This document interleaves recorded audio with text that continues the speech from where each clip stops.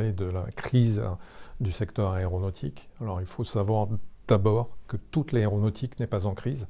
Ce qui est en crise, c'est le transport aérien commercial. Tout le reste de l'aéronautique, et c'est loin d'être négligeable, l'aéronautique de défense par exemple, les hélicoptères, les avions d'affaires et encore d'autres choses, sont des choses qui ont été beaucoup moins ou très peu impactées par la crise.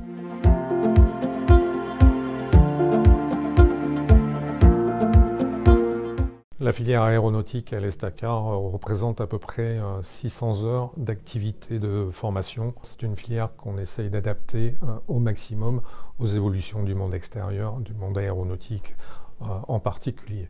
C'est pour ça que la quasi-totalité des professeurs qui enseignent dans cette filière viennent du secteur de l'aéronautique. Et donc ils ont une connaissance, ils peuvent partager avec les étudiants plus que des connaissances un petit peu livresques.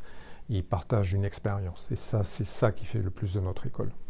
En deuxième année, ça permet de préparer tous les cours qui interviennent en troisième et quatrième année, où en fait on approfondit les notions qui ont été introduites en deuxième année, par exemple sur les moteurs, sur la structure des avions, sur les différents circuits qui sont à l'intérieur.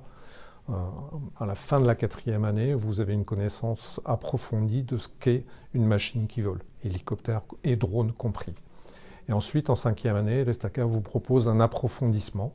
Donc aujourd'hui, il y en a 7 qui couvrent l'architecture, l'intégration des moteurs, l'exploitation et la maintenance des aéronefs, les commandes de vol et encore d'autres, les drones.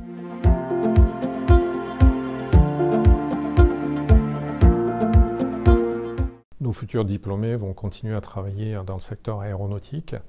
Alors bien sûr, tout le monde s'imagine travailler chez Airbus, chez Safran, chez Dassault, chez Thales, etc. Mais il n'y a pas que ça. Il y a aussi des compagnies aériennes qui embauchent de nos étudiants, que ce soit pour faire voler les avions, c'est-à-dire gérer leur réseau, mais aussi, bien sûr, pour les entretenir. Tout ça, c'est toute une série de familles de métiers, que ce soit de la production, de l'industrialisation, de la conception au début, ou de la maintenance, de l'exploitation, et j'oublie des tas de métiers, par exemple toute la filière logistique, l'industrie aéronautique a des filières qui ont une filière logistique qui a ses exigences propres, et pour ça il faut des ingénieurs qui y soient formés là aussi. Certains de nos étudiants deviennent aussi pilotes de ligne ou pilotes militaires, pilotes de combat ou pilotes de transport.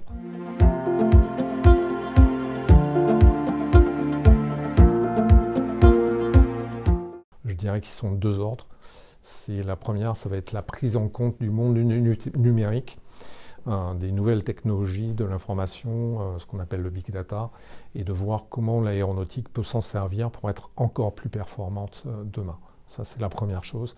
Et la deuxième chose, bien entendu, qui est incontournable, c'est de voir comment l'aéronautique peut continuer à prendre en compte les défis environnementaux, c'est-à-dire faire une aviation plus propre, entre guillemets. Alors là, il y a des tas de pistes, il y a des avions à hydrogène, il y a des avions électriques. Il y a aussi l'idée de fabriquer du carburant à partir du CO2 de l'air et de l'hydrogène de l'eau.